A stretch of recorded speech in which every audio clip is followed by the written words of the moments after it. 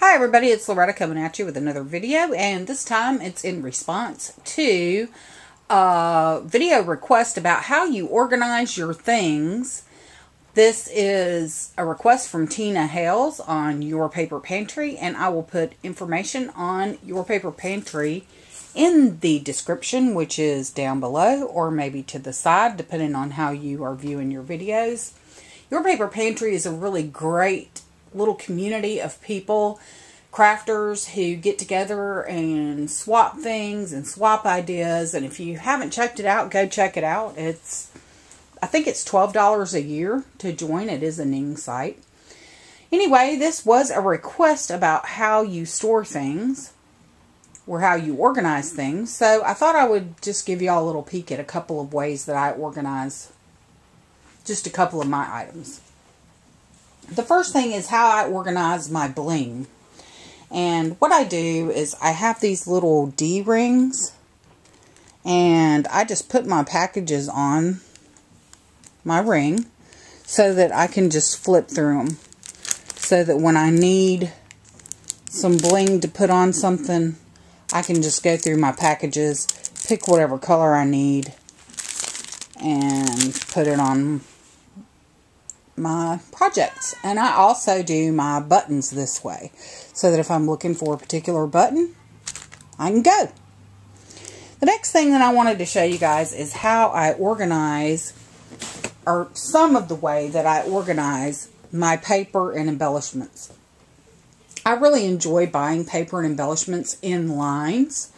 It makes it really easy for me to scrapbook. You can call it cheating or whatever you like, but I really enjoy just not having to think too much about how things go together. And if I have everything organized by line, then I can go through the rest of my stash and just pick things that match, such as ribbon, bling, embellishments, that sort of thing.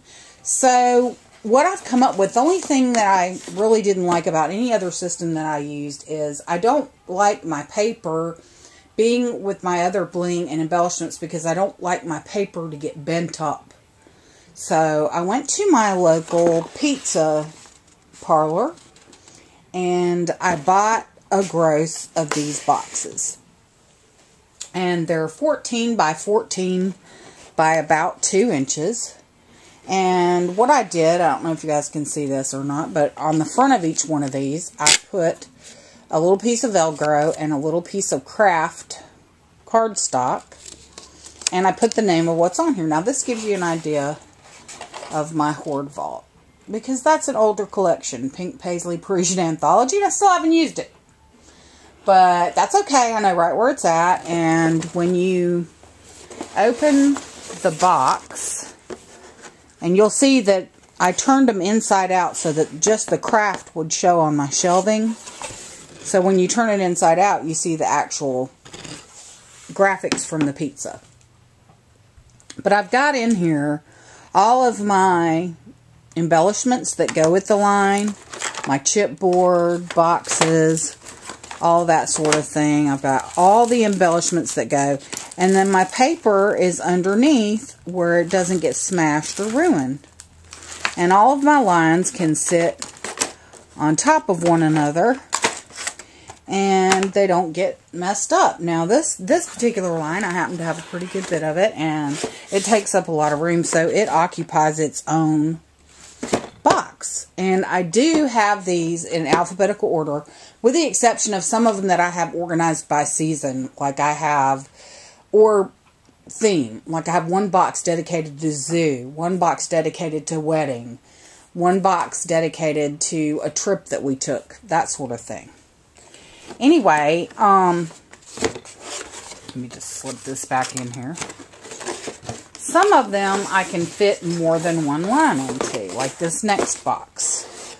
This is the Prima, Rosarian, and Zephyr collections that are in here. And I'll show you, I really like this because what I have here is I have some of the stamps that go with the collection right on top. And then in one of these little, I don't know, bags that come with some of the collections, or sometimes I'll just use a Ziploc bag.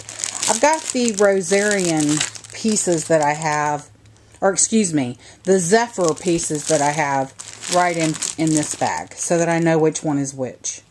And then the ones that are loose are the Rosarian collection. And so that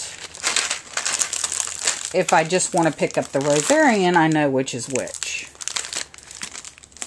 Then there's my Rosarian paper pad and my Rosarian alphas. And here is my Zephyr paper, which I got that in the 12 by 12. And the Rosarian I got in the 8.5 by 11. So, you just put those back in there. And I just kind of spread them out where they, you know, lay pretty evenly. And where the box closes pretty easily. And then those just get stacked up on my shelf. And the pizza boxes keep them from getting smashed. So I really like that. At any rate, that is a little peek into a little bit of my organizational in my, about how I organize everything in my craft room. And if you have any questions or anything, please leave me a comment. As always, I really appreciate you guys watching my videos. And if you have any questions, let me know. And until next time, bye now.